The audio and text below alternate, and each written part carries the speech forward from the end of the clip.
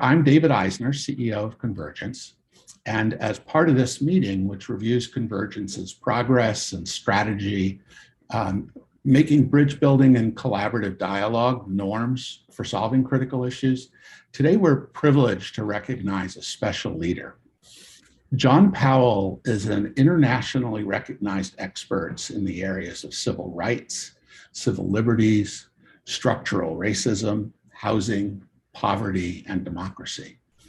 He is the director of the Othering and Belonging Institute at the University of California, Berkeley, a research institute that brings together scholars, community advocates, communicators, and policymakers to identify and eliminate the barriers to an inclusive, just, and sustainable society, and to create transformative change toward a more equitable world. John holds the Robert D. Haas Chancellor's Chair in Equity and Inclusion, and is a professor of law, African American Studies, and Ethnic Studies at UC Berkeley. There should be links in the chat to John's Othering and Belonging Institute, as well as to his bio. Of particular relevance to us today is one of John Powell's many breakthrough frameworks that he applies to structural incentives to build racial equity, which is his framework of targeted universalism. And I'm not going to make the mistake of taking the time to explain it when we have John here to do so himself. But what I will say is this: in our painfully polarized environment, there are too many who can see work to advance the equity and belonging of marginalized communities as a zero-sum approach in which their own critical challenges go unmet and may even be exacerbated. With his brilliant targeted universalism, John has envisioned and constructed an evidence-based approach that allows for urgent progress for communities that have been left behind for too long, without that progress coming at the cost of addressing the pain other communities are currently experiencing. This is bridge building at its finest, and it points directly towards solutions for some of America's most intractable problems. John, it is a personal honor and a delight to recognize you with the 2022 Convergence Leadership and Bridge Building Award on behalf of our board and staff. This is Convergence's highest honor, which we present once each year to a leader who contributes consequentially to the work of bridge building and collaborative dialogue across difference. Welcome. Thank you, David. It's a delight to be here. Delight to be in your company and in Convergence company. And I have a beautiful art piece that I want to share, and I feature it prominently in my house, and hopefully some of you will have a chance to come visit me in Berkeley and see this. I want to acknowledge the work that you're doing and critical work you're doing, and I look forward to our dialogue this morning about bridge building and about targeted universalism and why it's so important. John, it's such a pleasure to be here. I know that we can spend so much longer than we actually have. I also want to invite folks that have questions to feel free to put up your hand. If you can put up your digital hand, that'll be easier to see, and it'll put you at the front of the queue. But if you can't, raise your hand, and anybody or just speak out, and we'll ask you for your question. John, let's start at the beginning. What does othering and belonging mean? And what are you doing at the Othering and Belonging Institute? Well, it's helpful maybe to go back a little bit. When I started the Institute about 10 years ago, and it was called the Haas Institute for a Fair and Inclusive Society. And it focused on different groups being marginalized and issues of importance. So we have 7 clusters, which are faculty clusters of about 15 each. And we're looking at marginality around issues of race, gender, sexual orientation, disability, religion, and many others. And what occurred to us a number of years ago is that all these groups were struggling, in a sense, to address that marginality. And the marginality was another expression of, in a sense, not belonging, in a sense of being othered, in a sense of saying, in some way, you're less than the group that does belong.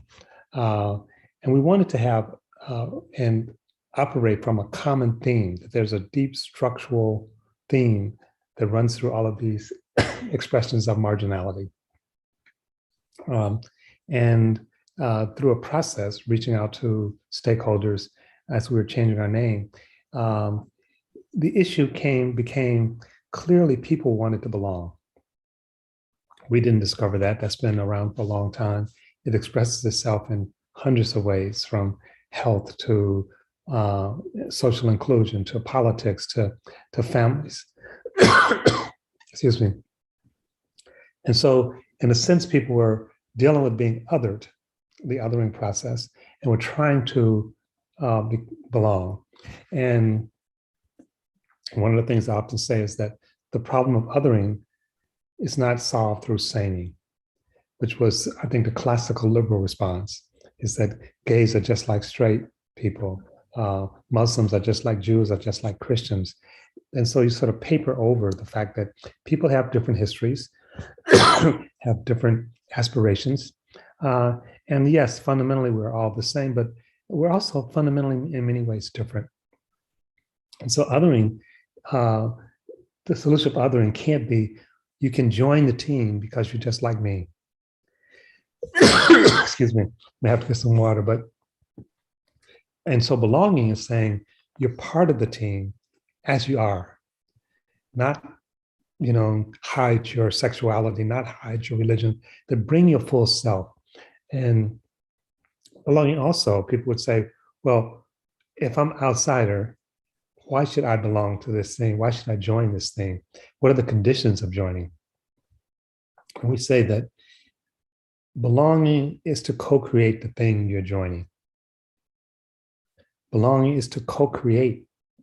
So you're not a passive guest that can be uninvited, which oftentimes inclusion is just that. Inclusion is that this is my thing, my institution, my party, my country.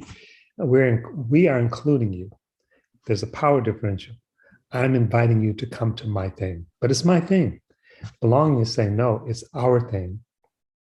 And we co-create it. We negotiate. We iteratively, we engage each other. And so we found that that framework really speaks to all 7 clusters. It also speaks to what's happening, not just in the United States, but happening all over the world. It also allows us to sort of look at the pressing issue of race in this country, but also gender, but also religion, but also disability, but also Native population. And as you suggested, David, how do you do that in a way that doesn't erase the group that's considered the dominant group?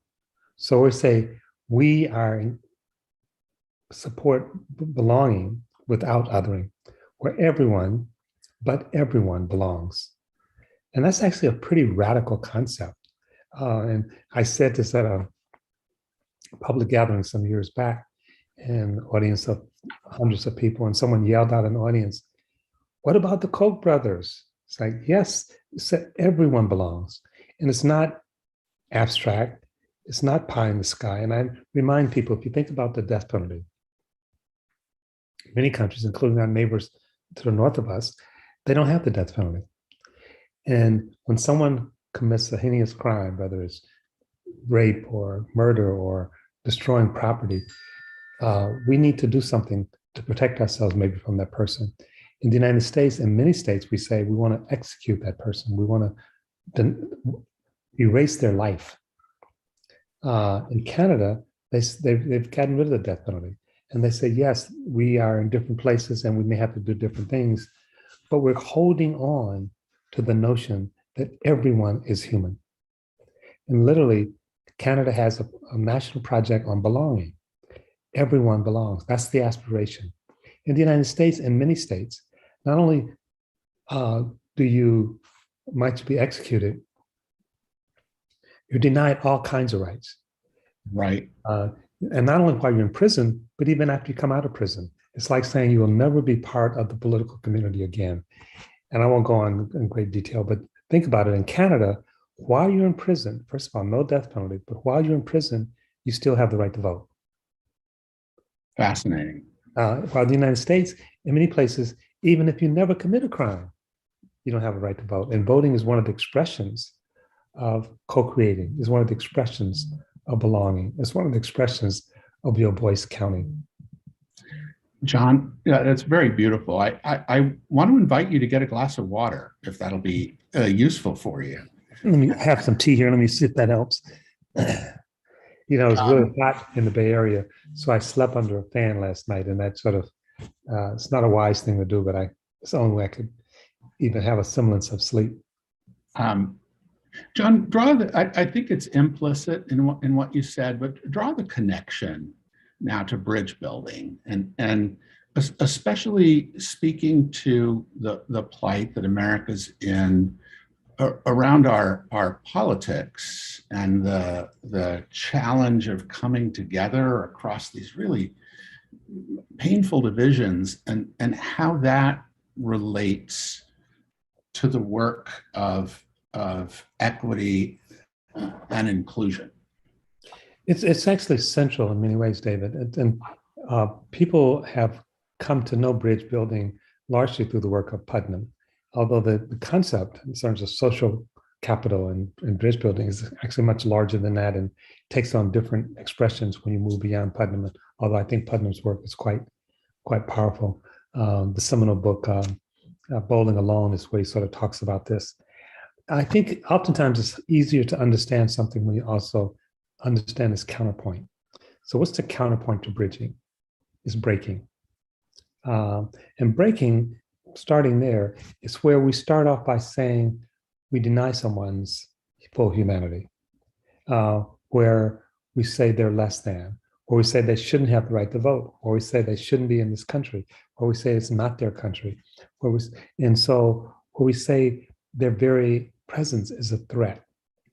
And what we're seeing is breaking happening all across the country. And it's not just breaking on political issues. I disagree with you on an issue. It's basically gets to your very humanity. And that's what's different in today's environment. People have always disagreed. You can't live life without conflict, but not every conflict is a life and death conflict. We have conflict in families. It's not like, okay, we have a conflict, you're out of the family. Most families don't operate that way. Say, we have a conflict. Let's talk about it. Let's figure out how to. And we start off by saying, we have conflict. I respect you. And so bridge building is basically saying, I respect you. I want to hear you. I'm curious about you. I'm not questioning your humanity. I'm not questioning your sincerity. And where we are today in a society around what we call polarization, which I think is misnamed, where we are today is that other side doesn't count. They're evil. Maybe they should leave the country or we'll leave the country. We can't be in the same country. We can't be in the same planet with them.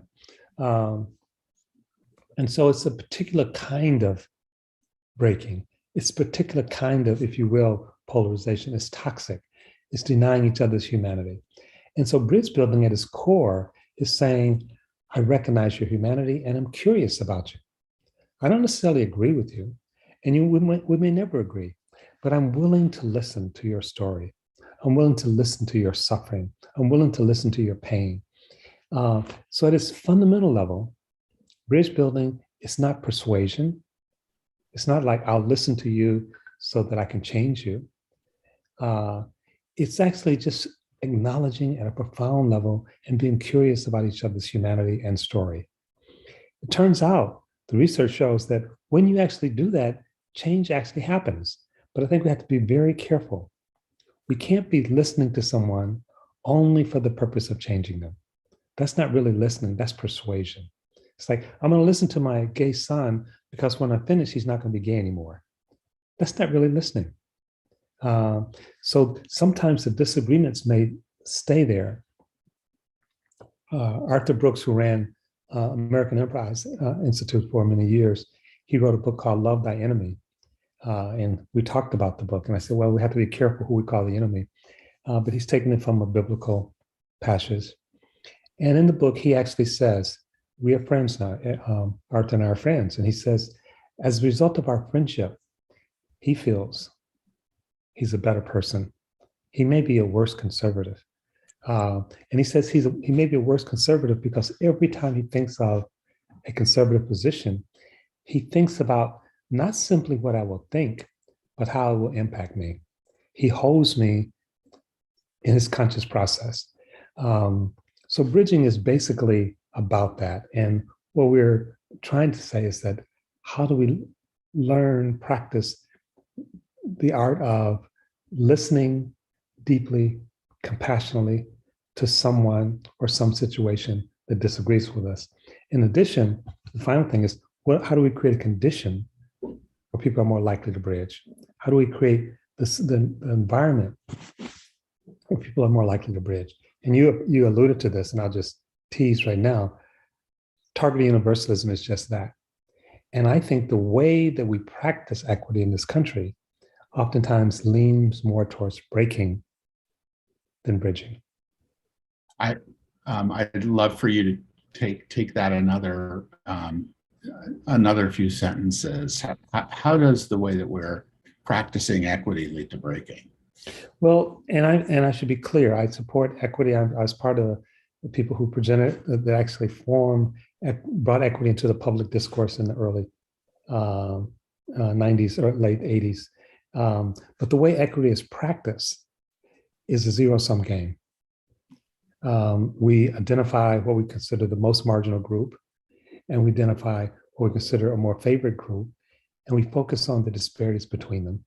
And in terms of addressing those disparities, we sometimes say that we have to take from one group to give to the other group. We might misname the group that we consider the more favored group, may not be all that favored. It doesn't matter. And so in the equity frame, in a sense, you deserve more if you're the marginal group. You deserve less if you're considered the more dominant group. And we do that in largely categorical ways. So for example, in the race context, we say whites are the dominant groups and blacks, or maybe other groups are the marginal group. So we need to take from whites and give to blacks. Well, there's a range of people in that category of whites, some of which are barely getting by or not getting by at all. And then there may be others who, so it's too categorical. And you're basically, even if it were right on some level, you're saying, I need to take what you have and give it to this other group. How do you feel about that, David? And, understandably, people push back. They say, I don't have enough. And I'm certainly not giving up what I have for some other group. We can discuss that, whether historically or whatever, that makes sense. But from a perspective of trying to get everybody on board, it becomes a breaking strategy. And what groups are finding, each group then competes to be the most marginal group. And it's not just between whites and blacks, it's between blacks and Latinos and Native Americans and gays and straight. Everybody wants to be that most marginal group who can make a claim to needing more. So it's like the worst kinds of breaking going on. And it's happening all over the country, all over, but especially more recently on the left. Targeted universalism takes the impulse of equity, takes the deep meaning of equity and says, we don't all have what we need to thrive in our society, to be healthy. What do we need? And the need, as is identified, it's called the universal, is not predicated on what somebody else has. We're not saying we need what white men have. Maybe we do, maybe we don't. Think about suicide rates. In recent terms, white men have a suicide rate that's equal to or higher than that of black men. So we have the same, should we close that disparity? Maybe the disparity is already closed. The goal is not to have black men killing themselves at the same rate as white men. The goal is to end suicide. So that becomes the universal. The universal is designated independent of what any group has. And then you say, we want to get every group to that universal, but we recognize that each group may be situated differently. So we're not conflating, we're not saying we're going to treat everybody the same, which is what we do when we talk about equality. Treating a person who is sighted and a person who's not sighted the same makes no difference. The goal is to make sure they both can be fully engaged. So what the sighted person needs to be fully engaged and what the unsighted person needs is going to be different. An escalator, how do we get everyone from the second floor to the third floor? The strategy could be an escalator, but the guy on a wheelchair can't use the escalator. He is situated differently.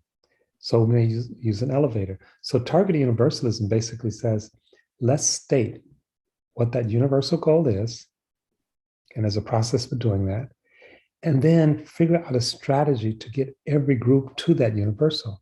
And when we do that, we recognize that groups are situated differently. And that's when issues around race, around gender, around disability come into play. But we're not saying that person gets more because she's Black. We're saying she gets more because of how she's situated.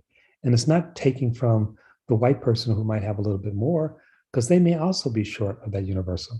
So it becomes a bridging strategy, and it works. A lot of the animosity between groups dissipate when every group feels like they're being considered and their story counts.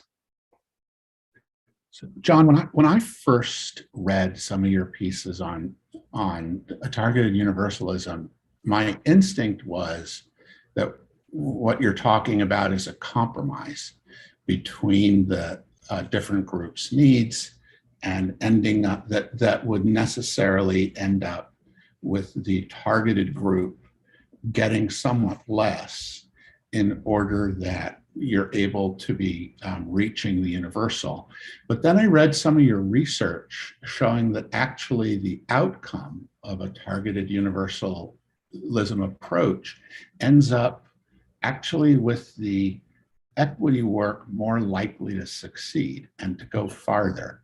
Did I read that right? That is exactly correct. I'm just finishing Putnam's newest book, Upswing, and he makes the point that when you have a we, he talks about I, we, I, that when we are together, we all do better. And so when we're fighting over each other for resources, the resources are being dissipated by the fight itself. We have fewer resources. When we are coming together, we actually have more resources. And there's a concrete example I'll give. There was a foundation in Sacramento. They did a study, and they showed that Black babies were dying, and infants were dying at a much higher rate, being killed essentially by their mothers more often than not, because their mothers would roll over at night and suffocate them. And this phenomena was going on at a much higher rate in the Black community than the white community. And it was also going on in the Latino community. And so they decided to make an intervention to try to address this. And they actually contacted me, and I had worked with them in the past. And they said, we don't have enough resources to actually do something for every community, because the Black community is so much worse off, 5 times more worse off than the white community. The Latino community is 3 times more worse off than the white community. We're just going to focus on the Black community. And it was an internal fight in the organization. I won't mention their name. And they asked me, what should we do? They were trying to apply targeted universalism. And the way they were thinking about it is that you target the most marginal group. And that's actually not what targeted universalism means. It means you target how groups are situated. All the groups are targeted. Every group is targeted. It's not picking between groups. And they said, so we're going to use our scarce resources just for the most marginal group. What do you think? And I said, it's your money. I wouldn't do that. And they said, what would you do? And I said, you may proportionally do something that is weight something toward the group that's worse off, but do something for every group. Because targeted universalism is not just an operational strategy. It's also a communication strategy. You're communicating to people that they matter. Poverty is not just lack of resources. It's a way to say to people, you don't matter. And after much consternation, they did what I suggested. The result, David, was that the resources from the community poured in because every group, whites, blacks, Latinos, Asians, Native American, every group felt like they were seen and counted. And so at the end of the day, they actually had enough resources that they could do everything they needed to do for every group. Now, not every story is going to have that kind of happy ending, but when people feel like they have a stake in it, they're being seen, they're more likely to contribute. When people feel like they have to give something up, they're more likely to take away. And so it's not really a compromise. It's saying everybody counts. And we're going to do what we can to get every group to that universal.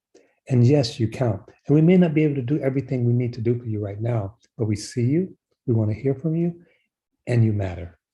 And in the way we do equity, we actually don't communicate that very clearly. We sometimes say to the group that's considered the more dominant group, you actually don't matter. You're the bad person in this story. And we need to actually ratchet you down 3 or 4 notches in order to achieve some kind of parity. So I've got to imagine, John, that you're not only talking about our divided state, you're also experiencing it. Before I said that instead of polarization, Jeff Weisglass usefully asked, earlier on you noted that might be misnamed. Do you want to share more about what you mean by polarization?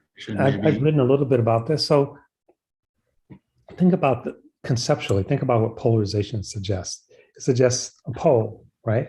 There's something on this side, there's something on that side. And so polarization suggests that there's a group on one extreme of the pole and a group on the other extreme of the pole. What's the implicit solution to that? Move to the middle. Choosing. Right, Yeah. right? Just move to the middle. What is the pole? If the polarization is enslavement of people on one extreme and freedom of people on the other extreme, what's the middle? Is it half freedom, half slavery? What's really happening right now? It also suggests a kind of a symmetry, right? The two sides are equal, and both in terms of their ideological whatever. So what we're really dealing with in this country and what othering and belonging actually embraces is the notion of dehumanization. That we're saying some people don't count. Some people are not human. Some people do not deserve to be considered. And we're also dealing with fracturing. The country is fracturing. And when we look at it more carefully, in many instances, it's not symmetrical. And so I believe, in a sense, polarization does not speak to values. It speaks to process. It speaks to, and David, I think you said this, although a kind of neutrality, right? I don't think we're neutral. I think we have to say that we value all human existence, and even beyond that, the earth itself, that life matters, that you don't get to use someone for another person. That's a value. And we need to be willing to state that value and then struggle for it. But in struggling for it, people, even for people who disagree with that, we need to hold on to their humanity. Holding on to their humanity, especially in today's world, is not a value neutral statement. So I use polarization because it's so popular in our culture, but I think it's a misnomer, and it takes us in some ways, it lets us off the hook. And I would say, in our context, to be more poignant and maybe more controversial, to say in a democracy that some people don't have a right to vote. You know, it wasn't that long ago that we had white primaries in the United States. That's, to me, a complete violation of the notion of belonging. To say you cannot participate. It wasn't until 1920 in this country that we said women could vote. So again, if you say one extreme say women can't vote because they're not fully human, another say women could vote. Those are the two extremes. What's the middle of that? Some women can vote. So I think we have to be willing to state some fundamental values. Some fundamental values. It's very, very interesting. John, for our group, here who care so much about the work that Convergence does. Do you have advice, counsel on what we can be prioritizing, how we can take our capacity and further America and some of these challenges we've been talking about? I do, and I don't purport to actually have refined prescriptions. But I have some prescriptions. They may not be refined, they may not be, but at least for something for you to think about. So the country is really roiling. There's so many issues, climate change, the technology, globalization, the racial reckoning, the role of women in our society, and people feeling. There was a recent poll on people feeling disaffected from America, and I think close to 70% of the people felt like disaffected in the sense like they don't belong. 70%, the majority of people feel like, there's something wrong with the country and I'm not comfortable with it. If that continues, I think it's gnawing at our foundational structures. We're gnawing at our democracy. From my perspective, the thing that's driving this is this fracturing. It's the sense that people feel like there's not a place for us in the American future. And I think the fight takes on specific expressions, but fundamentally, it's about not feeling like they belong. And the way we fight is that if we win, what happens to the side that loses? We don't have a story that says we actually are trying to build a society where everyone belongs. Jefferson talked about education is to prepare and teach people to become citizens. What did he mean by that? What he meant by that is that you have to learn to take the other person's perspective. You have to learn, he was talking about bridging. The citizenship is about bridging. It's about willing to listen to the other person's perspective, not necessarily agreeing. So I think part of the thing is, I would say, the bridge building I talked about, and I've written about this, but I think targeted universalism is a powerful tool to move us in that direction. I think helping people imagine and realize a future where we all belong, Right now, I think we can't imagine that future. And so it's not surprising, frankly, that right wing in the United States and in much of the world, authoritarian leaders invite us to go back to a mythical path in order to avoid an inevitable future. So it's like, make America great again. Let's go back to some period where we were great. And for a lot of people, when that's attractive, it's when my group was clear, dominant, and numerically, but also politically and power. And we get to go back to that. Well, when the country was white, when the country was Christian, the country has always been diverse. So that past is not available to us. When the United States dominated the world, when China and Russia was an afterthought, that past is never real, and we're not going back to it. So when I think about the future, where do I fit into the future? So literally, not figuratively, literally, hearkening back to Nazi Germany, the Proud Boys are marching saying, the Jews will not replace us. What are they talking about? Right. Well, as bizarre as the concept is, and it's nefarious in terms of going back to Nazi Germany, they're also telling us something, that this anxiety of being replaced resonates with a lot of Americans. And now you hear it, frankly, coming out of the Republican Party. They're saying the Democrats want immigrants because they want to replace white Christians in the country with Muslims or some other group. And then they say those groups won't vote Republican. So in this future where whites are not the majority numerically, there's an anxiety, and it's been measured over and over again, that it creates anxiety in all of us, but especially conservative white Americans. What's our response to that? How do we help people imagine a future? And so if you think about equity, where's winners and losers, that's the way we think. If that group wins, I lose. So I have to win. in opposition to that group? Can we imagine a practice where we all win? Can we imagine a practice where all of our needs are taken care of? What does that begin to look like? And again, I think, so I would say invest in bridging, but also, frankly, take a hard look at targeted universalism, which promotes belonging for everyone, and be dogged on that we insist that everyone matters. And what does that mean in terms of implications, in terms of voting, in terms of healthcare, in terms of education? Literally, Texas is considering a public education where there's no longer a requirement that they have to educate immigrants. That's the law right now.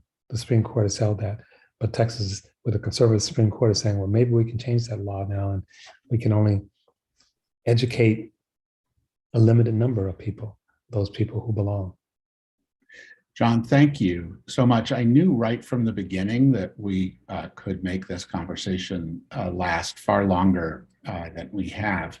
I want to note that we got some really interesting and provocative questions. Frida, thank you, and Laura, thank you.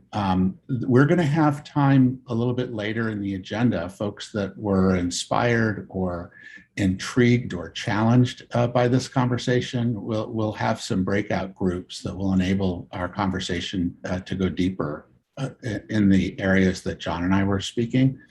But in the meantime, John, thank you for joining us. Thank you for your deep work and for the example that you set.